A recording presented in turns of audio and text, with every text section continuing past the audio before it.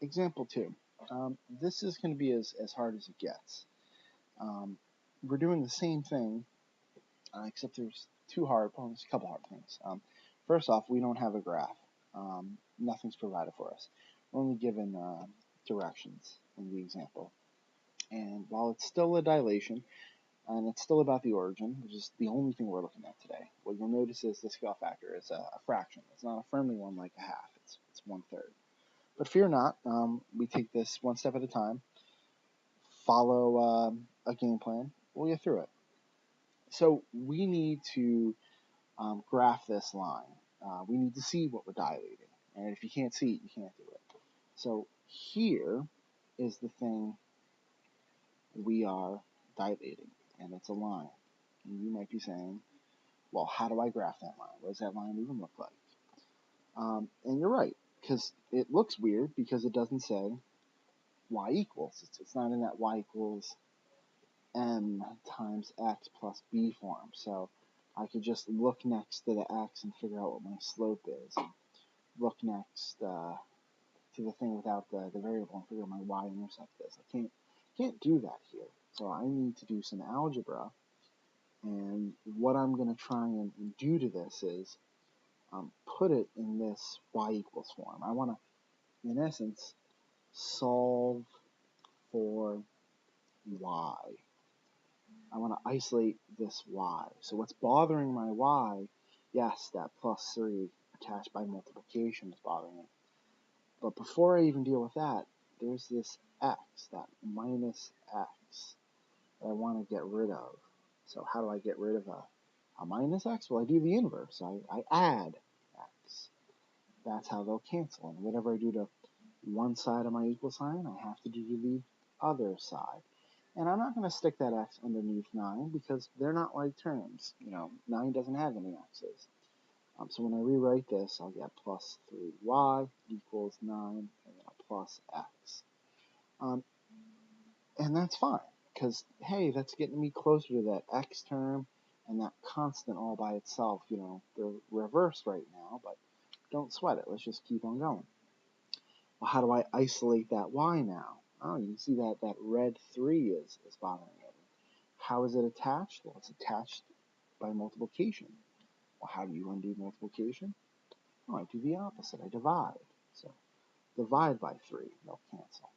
And this is where you have to be clear about what you're doing. Whatever I do to one side of my equal sign, I have to do to the other side, to each term, because multiplication is like distributive, and so is division. I can't just divide one thing.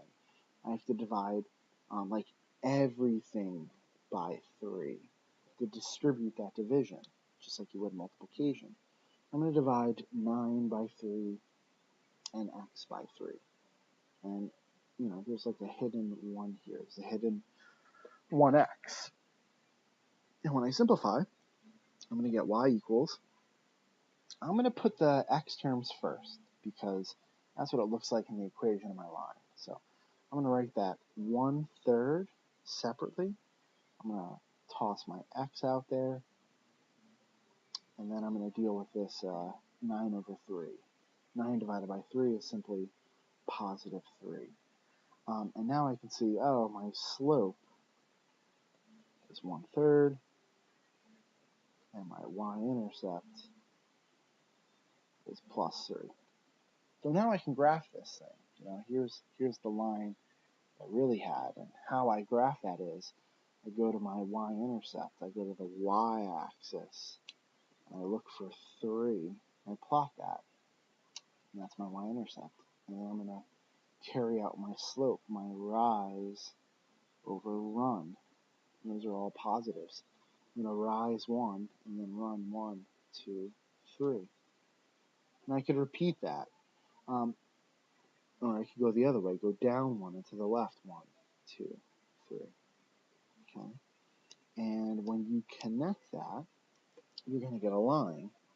And that is the line we are dilating. And we are dilating this line about this point. Oh, the origin. Boom. Right there. point of dilation, I'll call it. And we already learned dilating a line is the same thing as dilating a segment.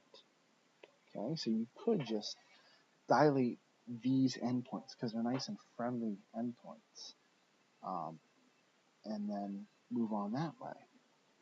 But earlier on, we talked about, what did you notice? Like, what happened in this? And we noticed two things. When we perform dilations, slope stays the same, and the only thing that changed was our y-intercept. We went from an original of 3 to this new y-intercept of 6. And we kind of hypothesized that how that y-intercept was changing was that it was getting multiplied by our scale factor. Okay. So if we follow this pattern we're noticing, our y-intercept is 3. So if I take our y-intercept of 3 and I multiply that by our scale factor of 1/3, right? You can take any number like 3, turn it into a fraction by putting it over 1. If I carry out that multiplication, 1 times, so numerator times numerator is 3 times 1, which is 3.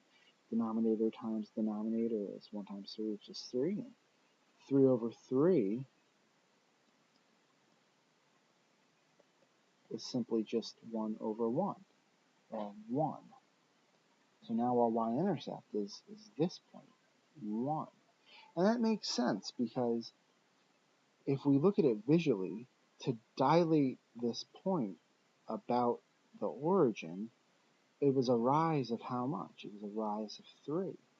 And if I cut that into a third, I multiply that by 1/3, instead of going up 3 spaces, I'm going to go up 1/3. I'm not going to go the full 1, 2, 3. I'm only going to go 1 out of the full 3. That will leave 2/3 up here and 1/3 down there. So you can kind of see where visually only going 1/3 of the way up, and algebraically you're just taking your y-intercept of 3 and you're multiplying it by your scale factor. And that tells you exactly where your new y-intercept is. It's 1. And if we continue, if we say, okay, well, that's how the y-intercept behaves under a dilation, well, how does slope, the other piece of the equation of line, how does that behave? Well, we saw that slope stayed the same because these things need to be parallel. So slope can't change.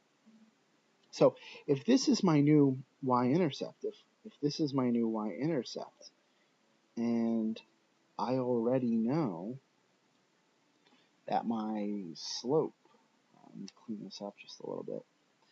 If I already knew that my slope was coincidentally also 1/3, well, the dilated slope has to be 1/3. I can just, from my y-intercept, just like I built my line, if you rewind, you'll see how I built that line. From this new y-intercept, I can use my new slope. My slope of 1/3, I could rise 1 and run 1, 2, 3. I could go down 1 and go to the left 1, 2, 3. I could reverse it. And that is how you'll build that line that's parallel, which all dilations will produce. Dilations produce parallel figures, and in lines, you get parallel lines. The only thing that's changing is that y-intercept, because it's got to be modified. It's got to be multiplied by that scale factor. So if you're looking for a quick way to do this, all you have to do is, when dilating a line, and this only works for the origin, about the origin, you just multiply the y-intercept they gave you. So here we had a y-intercept of 3.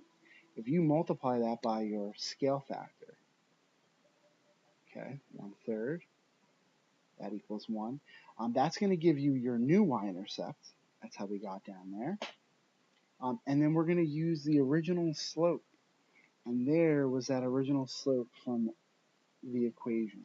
All right, and you can even see on the original line, rise 1, 1, 2, 3. If you use that same slope, if I use that same, let's see, that should work. If I use that same, one more shot. If I use that same slope, it's going to get me the next point on my line. I use that same slope. That's how I get my line, and then I can just use my straight edge to fill it in. So, in summary, when you dilate a line, only about the origin. Tomorrow we'll figure out other ways. All you're doing is just taking your y-intercept and you're multiplying it by the scale factor. That will give you your new y-intercept. And then you just use the old slope to build the line. And here, the equation of this new line would be y equals, well, my slope is the same, so it's 1/3. I'll do that in blue. 1/3. And that's for this one here. And my y-intercept is now 1 plus 1. That would be the equation. And I think I forgot that in the other one. So if I did, point it out to me, let me know, tell me what the new equation is. But this is how we dilate lines. And if you're ready for the practice, come ask me for it. 4 problems on the front are application problems. The back is 2 review and 2 challenge problems. I'll see you.